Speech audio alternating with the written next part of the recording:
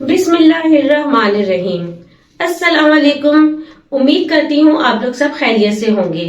सबसे पहले मेरे चैनल को सब्सक्राइब करें ताकि मेरी आने वाली वीडियो आप तक पहुंच सके। दिस इज एडुकेट सबा सैदी। आज का मेरा टॉपिक है मंशियात। मैं आज आपको बताऊंगी कि मंशियात की खरीदो फरोख्त पर, उसकी पैदावार करने पर, उसको अपने पास रखने पर, उसके इस्तेमाल करने पर क्या सजा है। कानून ने सख्त से सख्त सजा दी गई है। सबसे पहले हम जान लेते हैं मंशियात है क्या। मंशियात हर नशा आवर शय को मंशियात कहते हैं जिसके इस्तेमाल करने से इंसान अपने होश हवास खो देता है, उसकी जिस्मानी और दिमागी हालत खराब हो जाती है, उसको हम मंशियात कह देते हैं। जिसमें आता है चरस, भंग, हेरोइन, आइस का नशा और आजकल बहुत ही दीगर नशे वगैरह की आवर की अशियां आई हुई है मार्केट में, जिनके बहुत सारे नाम हैं। तो जैसे जान लेते हैं कि मंशियात का इस्तेमाल करना, उसको अपने पास रखना, उसकी पैदावार करना, उसकी खरीदो फरोख्त करने को कानून में पाबंदी है। लेकिन कुछ ऐसे लोग हैं जिनको इजाजत दी गई है हुकूमत ने, सूबाई हुकूमत ने या वफाकी हुकूमत ने, वो मंशियात की पैदावार कर सकते हैं, उनको इजाजतनामा मिला हुआ है। लेकिन उसके अलावा जो भी शख्स मंशियात को अपने पास रखेगा, उसकी खरीदो फरोख्त करेगा, तो उस पे सजा है। क्योंकि मंशियात एक ऐसी लानत है, उसने सिर्फ पाकिस्तान में ही नहीं बल्कि पूरी दुनिया के नौजवान नस्ल का जिंदगी खराब कर दी है। अगर आपके किसी के भी घर में एक नौजवान नस्ल नशे की हालत में लग जाता है तो वो सिर्फ वो इंसान की जिंदगी खराब नहीं होती है, बल्कि उससे जुड़े पूरे घर की जो है ना लाइफ खराब हो जाती है। नशे इंसान को कहीं का भी नहीं छोड़ता, इसलिए इसकी खरीदो फरोख्त में इतनी ज्यादा सजा रखी गई है। जैसे कत्ल का जो सेक्शन है इतना अहम है, उसी तरह मंशियात का जो सेक्शन है बहुत अहम है। मैं आपको बताऊंगी कि कौन सा जो कानून है इसको जो है ना डील करता है। जो है control of narcotics substance act 1997 इसको जो है ना डील करता है। इसमें तमाम मंशियात के जो सजाएं हैं वो लिखी गई हैं। उसकी बताया गया है कि इस कानून में के तहत अगर कोई मंशियात अपने पास रखेगा तो उसको क्या सजा दी जाएगी।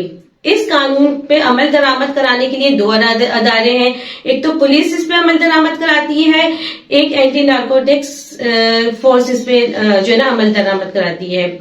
इसका जो सेक्शन 9 है वो बहुत ही इम्पोर्टेंट है। उसके तहत जो है पुलिस वाले FIR दर्ज करते हैं, लेकिन मंशियात फरोशों के खिलाफ जो है ना मिकदार के हिसाब से सजा दी जाती है। उस मिकदार के हिसाब से सेक्शन 9C है, 9A है, 9B और 9C है जो उसको डील करता है। लेकिन वो मिकदार के हिसाब से उस पे एक्ट चार्ज लगाया जाता है।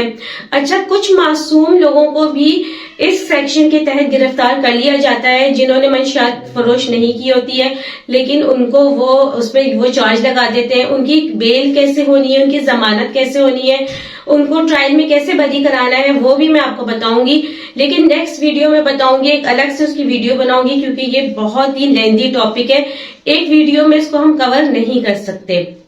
तो मैं आज आपको बताऊंगी कि सेक्शन 9C है क्या। तो आप सेक्शन 9C आप मेरे साथ सुने, फिर मैं आपको पूरी डिटेल बताती हूँ। किसी भी शख्स के पास नशा आवर अशिया, अफयून, चरस, भंग व कोई भी हीरोइन वगैरह अगर उसके पास 100 ग्राम से कम है तो उसके खिलाफ 9A के तहत FIR दर्ज होती है और उसको जो सजा दी जाती है वो 2 साल की सजा है और जुर्माना है। इसी तरह अगर किसी भी शख्स के पास 100 ग्राम से ज्यादा या 1 किलो से कम नशा आवर अशिया पाई जाती है, चरस, भंग, अफयून वगैरह, तो उसके खिलाफ 9B के तहत FIR दर्ज होती है और 7 साल से तकरीबन 7 साल उसको सजा दी जाती है और जुर्माना दिया जाता है। इसी तरह उसका ट्रायल भी 9B के तहत चलता है। अगर किसी शख्स के पास 1 किलो से ज्यादा मंशियात बरामद होती है तो 9C के तहत उस पे FIR दर्ज होती है और उसका ट्रायल भी 9C के तहत चलता है।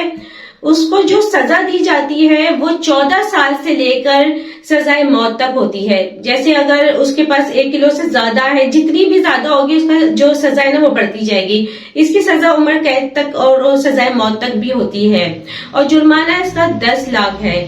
اس لیے control of narcotic substance act اس لیے زیادہ سخت سزائیں رکھی گئی ہیں تاکہ منشیات فروشوں کے خلاف سخت سے سخت کارروائی کی جائے اس کو کنٹرول کرنے کے لیے، کیونکہ یہ جو زہر ہے ہمارے پورے ملک میں پھیل گیا ہے، ہمارے نوجوان کو اس نے تباہ برباد کر دیا ہے.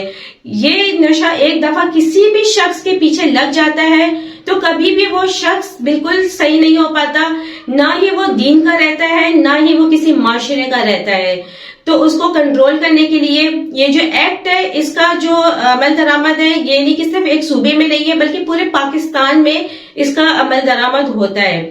تو اس لیے میرا یہ مشورہ ہے کہ آپ ایسا کوئی کام نہ کریں کہ قانون آپ کے خلاف سخت سے سخت کارروائی کرے. اگر آپ کو مزید کوئی معلومات چاہیے یا کوئی چیز میرے سے پوچھنی ہے تو آپ مجھے میسج کر سکتے ہیں. اپنا بہت خیال رکھنا. اللہ حافظ.